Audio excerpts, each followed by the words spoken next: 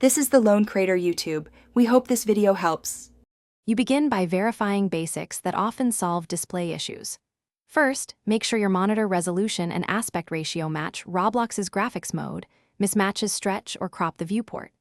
Once done, update Roblox and your GPU drivers, then restart to apply changes. Next, disable full screen optimizations and any overlay apps like Discord or Shadowplay because they can intercept frames.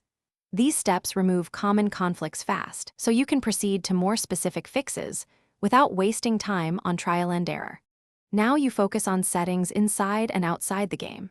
Set Roblox's graphics mode to manual, then lower graphics quality to see if the screen artifacts disappear. This isolates shader or VRAM problems. Make sure Windows display scaling is 100% because high scaling can shift UI and full screen rendering. Check your GPU control panel for scaling and integer scaling options. Switch as needed. Finally, clear the Roblox cache or reinstall the client to replace corrupted assets. This eliminates persistent rendering. Finish by isolating whether the problem is hardware or software. Test Roblox on another monitor or switch to integrated graphics if available. If the issue vanishes, you likely have a GPU or cable problem.